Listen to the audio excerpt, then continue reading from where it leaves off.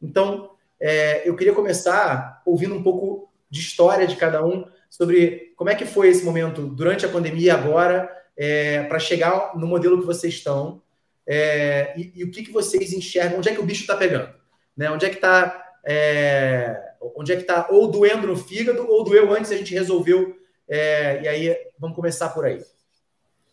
Então, quem quer puxar essa bola? Vou puxar, posso puxar? Bem.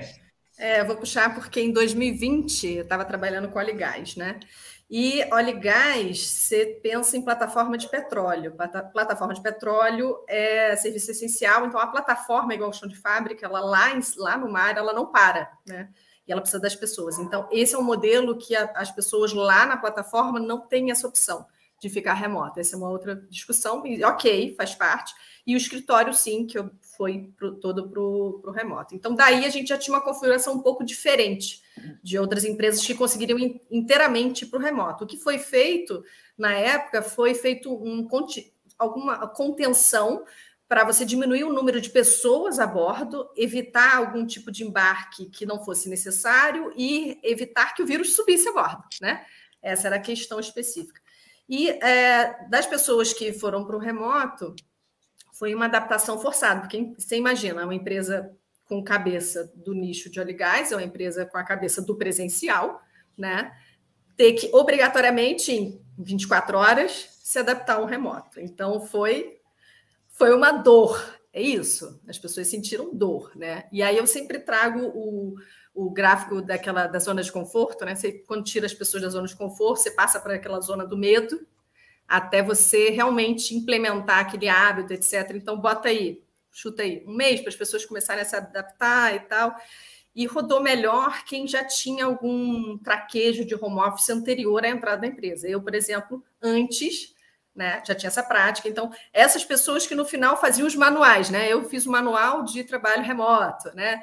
As pessoas vai criando as rotinas, dizendo, olha, tem que ser assim, senão não vai funcionar, a gente tem que mudar algumas regras, tem que ter alguns rituais claros, né? Que o remoto funciona muito diferente do presencial. E é isso, a pessoa tem que assumir isso, né? Então, quis só jogar já, começando a polêmica, que, né, às vezes... e aí, por ser uma empresa que trabalhava lá na ponta com presencial, ela voltou para o presencial muito cedo. Então, em 2020 mesmo, voltou todo mundo presencial. E aí eu fiz parte do grupo, né, que eu era parte de cultura, que planejou esse retorno. Então, esse retorno não vamos dizer que não foi suave, mas foi muito respeitoso, né? A gente priorizou, a gente olhou para fora, porque as empresas de fora que estavam já começando a pensar em voltar, então a gente fez um benchmarking olhando para fora quais eram as boas práticas, né? Usou dados que a gente tinha de dado, como é que estava piorando, não estava, dá para voltar e tal, e a gente lançou um formulário de autodeclaração, né? Então, assim, eu sou grupo de risco, eu moro perto, moro longe, eu vou ter que usar transporte público ou não, então a gente seguiu alguns critérios e permitiu que as pessoas fizessem essa autodeclaração. A partir dos dados, aí a gente criou toda a rotina e foi tratada equipe a equipe, gestora a gestor, quais eram os casos que deveriam continuar em remoto, e criou grupos, né, de retorno, grupo 1, grupo 2, grupo 3. Então, e uma coisa assim, a gente precisa dizer, a empresa disponibilizou uma área de saúde. Isso é uma grande novidade que as empresas algumas fizeram, né, que não existia. Então, um enfermeiro que tinha os testes o tempo todo para atender as equipes que estavam presenciais. Então, só entrava quem fazia o teste. E tem um relato engraçado da época que tem um fornecedor que falava assim, é muito difícil de conseguir fazer teste de Covid fora, né? Tipo, sei lá, vai no hospital, no posto e tal. Então, é só marcar uma reunião lá que a gente consegue fazer o teste. Né? Então, virou diferencial. Mas porque só entrava depois que tinha feito o teste. Super. Então... Mas eu acho que tem 2 pontos muito interessantes no que você falou que transcendem o momento pandêmico. Eu acho que tem um ponto que a gente tem que sempre lembrar, que é a enorme maioria dos trabalhos que existem no Brasil e no mundo são impossíveis de tirar do presencial. A gente está falando de trabalho com a indústria de transporte, com varejo, com atendimento ao público, que são realmente trabalhos que são inerentemente presenciais no seu dia a dia.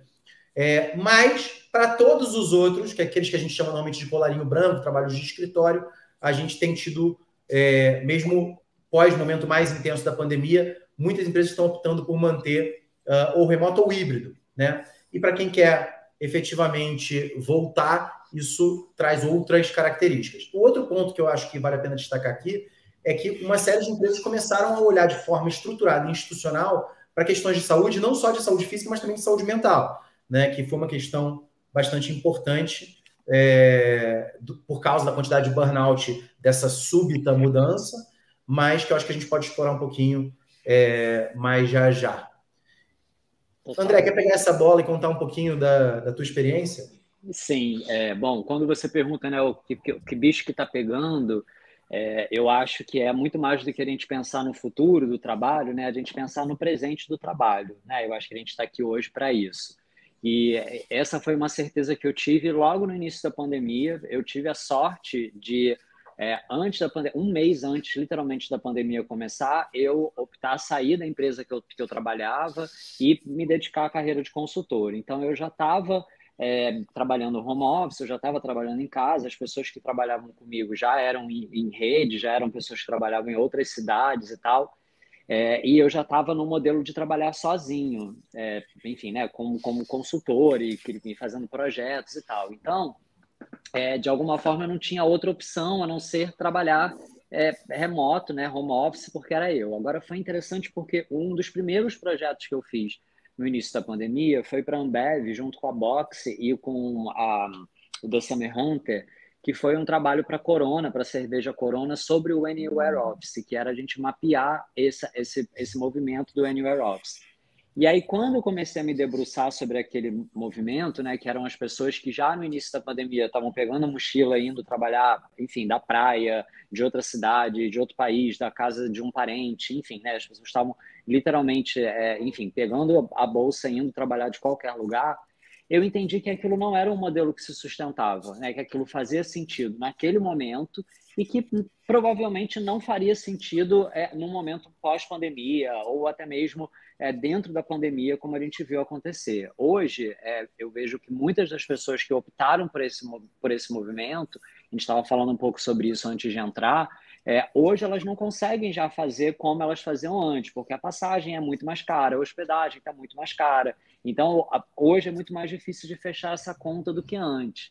Então, ali, na hora de fazer esse trabalho, eu entendi que a gente precisava olhar para o presente. E eu sigo com esse mindset até hoje. Então, agora, né, no pós-pandemia, né, nesse momento que a gente está vivendo, pós-vacina, né, de retomada, eu entrei, como eu falei no início, para a direção da Agência 3, que quando eu entrei, estava nesse modelo já remoto, e hoje eu estou com muita calma ali para entender, para olhar para o que as pessoas estão vivendo, como é que está sendo aquela rotina, aquela coisa. As pessoas não querem voltar, assim, a gente rodou pesquisas, as pessoas não querem voltar.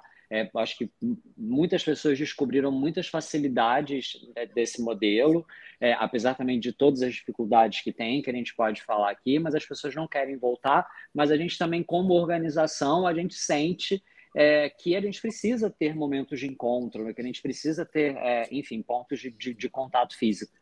Eu hoje estou na direção da empresa com pessoas que eu não conheço, que eu nunca vi, né? Assim, algumas eu já tive a chance de cruzar numa reunião online, né? Então, assim, tem um monte de complicadores que eu acho que a gente também pode estressar aqui daqui a pouco.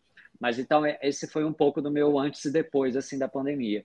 E eu acho que hoje o meu mindset cara, vamos pensar no agora. Porque a gente não sabe o que vai acontecer no que vem, né? A gente não sabe o que pode vir, o que pode vir a ser. E acho que esse momento, esse mindset de olhar para o presente, acho que para mim foi um dos maiores legados da pandemia.